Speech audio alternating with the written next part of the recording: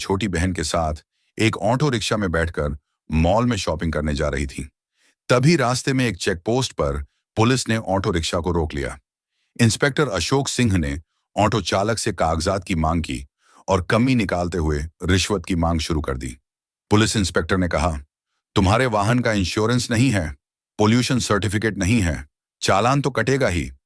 Auto चालक हाथ जोड़कर बोला, साहब मुझसे गलती हो गई, कागज मेरे पास हैं लेकिन घर पर छूट गए हैं, मैं कल दिखा दूंगा, कृपया माफ कर दीजिए।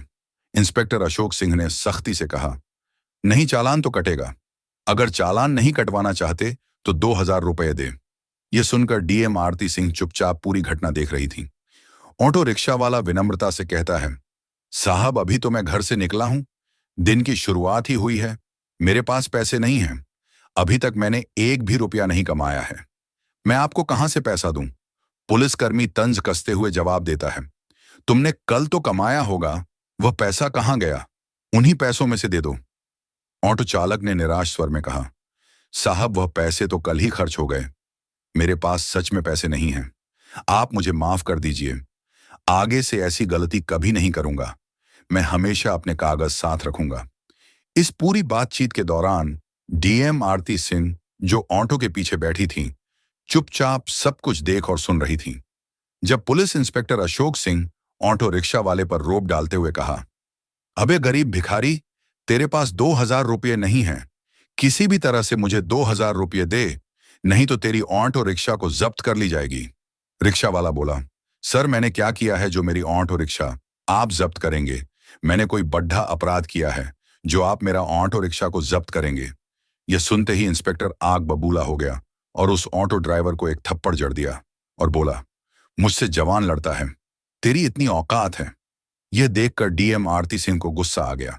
वह ऑटो से उतरकर उनके पास गईं और उन्होंने पुलिस वाले से कहा, आपको इस ड्राइवर को थप्पड़ मारने का अधिकार किसने दिया? यह कोई तरीका है? यह भाई रोज मेहनत करके गाड़ी चलाता है, इसी कमाई से इसके घर का चूल्हा जलता है, अगर इससे कोई गलती हुई है तो आप इसे रिश्वत और थप्पड़ मारोगे और इसकी ऑटो को जब्त करोगे? यह कैसा कानून है? यह गरीब आदमी आपका पेट भरने नहीं आया बल्कि अपने घर का पेट पालने निकला है। उस समय डीएम आरती सिंह नीला सलवार सूट और चप्पल पहने हुए थी और साधारण कपड़ों में थी। वे अपनी बहन ललिता के लिए कपड़े खरीदने के लिए मॉल में जा रही थी। पुलिस वालों को लगा कि यह कोई आम आदमी है जो उनसे इस तरीके का सवाल जवाब कर रही है। आरती की बात सुनकर सब इंस्पेक्टर अशोक सिंह और भड़क गया। उसने तीखे स्वर में कहा, तू मुझे सिखाएगी कि मुझे क्या करना चाहिए? बीच में बोलने किसने कहा? ज्यादा बकवास मत कर, वरना तुझे भी हवालात दिखा दूंगा। मैं पुलिस हूं, चाहूं तो अभी गिरफ्तार कर लूं। ज्यादा अकड़ मत दिखा, समझी? अशोक सिंह को बिल्कुल अंदाजा नहीं था कि जिससे वह इस लहजे में बात कर रहा है वह दरअसल एक डीएम अधिकारी है। आरती ने शांत रहते हुए कहा, सर आप पुलिस वाले हैं तो क्या लोगों को लूटेंगे, गरीबों से जबरन रिश्वत लेंगे? ये जो आप कर रहे हैं ये न सिर्फ गलत है बल्कि कानून के खिलाफ भी है। आरती की बात सुनकर अशोक सिंह आपा खो बैठा। उसने गुस्से में आरती को थप्पड़ मार दिया और बोला, तू मुझे कानून सिखाएगी? तुझे उसी वक्त से देख रहा हूं, बहुत ज्यादा बड़बड़ा रही है। तुझे लगता है कि तुझे मुझसे ज्यादा कानून आता है। ज्यादा गुस्सा मत दिला, वरना तुझे और तेरी बहन ललिता दोनों को जेल में सड़ा दूंगा। चलो जल्दी, ऑटो लेकर भागो यहां से। ऑटो चालक ये सब देखकर डर के मारे चुप था। वहीं आरती ने अपने गुस्से को काबू में रखा। वह जानबूझकर अपनी पहचान उजागर नहीं कर रही थी, क्योंकि वह देखना चाहती थी कि सब इंस्पेक्टर अशोक सिंह कितनी हद तक गिर सकता है। फिर वह ऑटो रिक्शा पर बैठे। कुछ देर बाद ऑटो ने उन्हें कपड़ों की मॉल पर उतार दिया। आरती ने अपनी बहन ललिता को अंदर ले जाकर उसके लिए सुंदर सुंदर कपड़े खरीदे। बाहर से भले ही आरती शांत दिखाई दे रही थी, लेकिन मन ही मन उसने ठान लिया था, इस सब इंस्पेक्टर अशोक सिंह को सबक सिखाना ही होगा। कानून का मजाक उड़ाने वाले ऐसे अफसर थाने में रहने के लायक नहीं हैं। मॉल से लौटने के बाद आरती ने सोच लिया कि क्यों न थाने जाकर यह पता लगाया जाए कि वहां का माहौल कैसा है। आखिर अशोक सिंह वहीं काम करता है, और अगर पूरा थाना ही भ्रष्टाचार में डूबा हुआ है तो सिस्टम को अंदर से साफ करना जरूरी है। अगले दिन सुबह आरती ने अपनी असली पहचान छिपाते हुए एक आम लड़की का रूप धारण किया। उसने हरे रंग का सलवार सूट पहना और सीधे थाने पहुंच गई। थाने में प्रवेश करते ही उसकी नजर सामने की कुर्सी पर बैठे इंस्पेक्टर राजेंद्र मिश्रा पर पड़ी। वह आराम से पंखा झलते हुए मोबाइल पर बात कर रहा था। आरती सीधी उसके पास गई और बोली, सर मुझे एक रिपोर्ट लिखवानी है। आरती कुछ और कहती, इससे पहले ही राजेंद्र मिश्रा ने उसे बीच में टोक दिया। किसकी रिपोर्ट लिखवानी है? तुझे पता नहीं, यहां रिपोर्ट लिखवाने की फीस 5,000 रुपये लगती है। पैसे लाई है क्या? अगर पैसे हैं तो बोल, वरना फौरन दफा हो जा। यह सुनकर आरती की आंखें गुस्से से लाल हो गईं।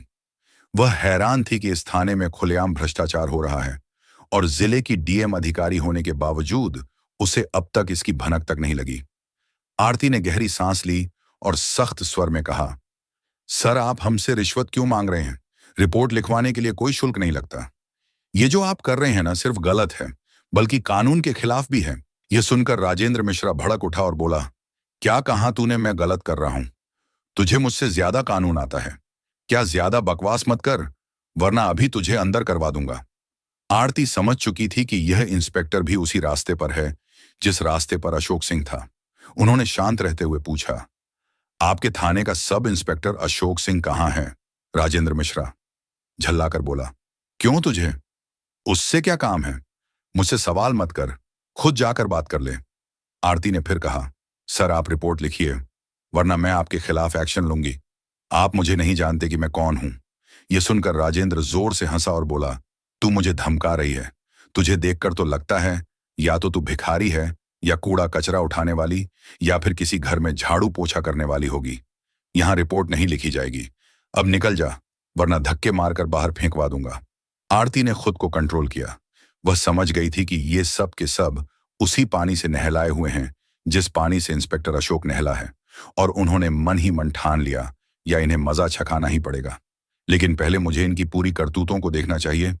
फिर वह थाने से बाहर निकलकर थोड़ी देर सोचा, फिर अपना मोबाइल निकाला और अपने अधिकारी आईपीएस और आईएएस को फोन कर दिया कि इस थाने में मैं मौजूद हूं, आप लोग मेरी गाड़ी लेकर आओ। इतना कहकर वह दोबारा थाने में प्रवेश किया। जैसे ही राजेंद्र ने उसे देखा, वह गरजते हुए बोला, ये लड़की फिर से आ गई। तुझे समझ में नहीं आता, चल तुझे सबक सिखाता हूं। अब तो लगता है तुझे जेल में डालना ही पड़ेगा। राजेंद्र मिश्रा ने गुस्से से कहा। आरती ने बिना घबराए धीमी मगर स्पष्ट आवाज में जवाब दिया, सर मुझे सिर्फ रिपोर्ट लिखवानी है। आप रिपोर्ट दर्ज कीजिए। अगर आप ही जनता के साथ ऐसा बर्ताव करेंगे तो हम न्याय की उम्मीद किससे करेंगे? मगर मिश्रा फिर वही रट दोहराने लगा। मैंने कहा ना रिपोर्ट लिखवानी है तो 5,000 रुपये निकालो। बिना पैसे यहां कुछ नहीं होगा। बार बार परेशान मत कर, वरना धक्के मारकर बाहर फेंक दूंगा। आरती मन ही मन सोच रही थी, कितने नीचे गिर चुके हैं ये लोग। इन्हें इतना भी नहीं मालूम कि किसी महिला से कैसे बात की जाती है। वह हल्की मुस्कान के साथ बोली, देखिए सर, आप रिश्वत क्यों मांग रहे हैं? कानून में कहीं नहीं लिखा कि रिपोर्ट दर्ज करने के लिए जनता से पैसे लिए जाएं। आप साफ साफ कानून तोड़ रहे हैं। अगर आपने रिपोर्ट दर्ज नहीं की तो मैं आपके खिलाफ सख्त कार्रवाई करूंगी। आप खुद को बड़ा अधिकारी समझते हैं, लेकिन आपको अंदाजा भी नहीं कि आपके साथ आगे क्या होने वाला है। यह सुनकर मिश्रा बुरी तरह तिलमिला गया। उसने 2 सिपाहियों को इशारा करते हुए आदेश दिया, इस लड़की को बाहर निकालो और सबक सिखाओ। यह ऐसे नहीं जाएगी। दोनों सिपाही आरती की ओर बढ़े ही थे हाथ पकड़ने को कि तभी थाने के दरवाजे से कड़क आवाज गूंजी, रुको! सबकी नजरें दरवाजे की तरफ घूम गईं और वहां खड़े देखकर सभी दंग रह गए। अंदर आ चुके थे आईएएस और आईपीएस अफसरों का दल, जो डीएम आरती को बुलाने आया था। उनके पीछे कुछ और वरिष्ठ पुलिस अधिकारी भी थे। उनमें से एक ने गुस्से में राजेंद्र मिश्रा पर नजर डालते हुए कहा, बेहुदे इंस्पेक्ट, ये क्या कर रहे हो तुम्हारी? अब भी इसी वक्त वर्दी उतर जाएगी और जिंदगी भर जेल में सडीडीड होगे। ये सुनते ही मिश्रा के हाथ पांव कांपने लगे, माथे से पसीना टपकने लगा। हकलाते हुए उसने सफाई देनी चाहिए, साहब, ये लड़की।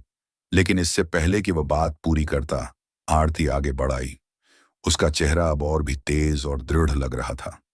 वह गूंजती आवाज में बोली, चुप रहो मिश्रा, ये लड़की नहीं, मैं जिले की डीएम हूं और मैंने अपनी आंखों से देख लिया है कि यहां आम जनता के साथ कैसा व्यवहार किया जाता है।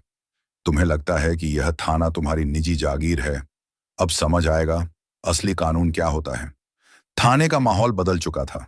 सिपाही एक दूसरे का मुंह देखने लगे। जिन दो सिपाहियों ने अभी अभी आरती को पकड़ने की कोशिश की थी, वे डर के मारे पीछे हट गए।